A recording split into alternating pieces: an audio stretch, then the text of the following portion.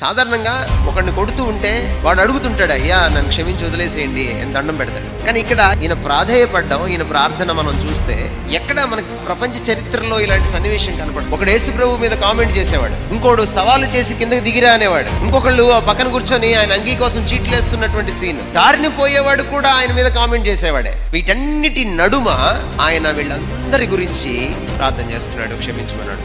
Because he had understood that they are not yet enlightened, they are blindfolded. బాధింపబడుతున్న బాధితుడు బాధించే వారి కోసం భగవంతుడిని ప్రార్థించడం, క్షమించమని. మహాపరిశుద్ధుడేమో పాపిని క్షమించగలుగుతున్నాడు, తోటి పాపిని క్షమించలేకపోతున్నాడు. If God being so holy can forgive us, why can't we being a fellow sinners can forgive our fellow sinners?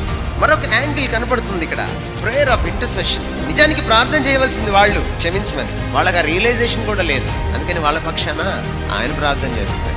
ఎక్కడైతే ప్రేమించే హృదయం ఉంటుందో అక్కడ ప్రార్థించే హృదయం కూడా ఉంటుంది. మీకు ఎవరైనా ప్రేమించడం చేత కావట్లేదు అనుకోండి, take it as a challenge.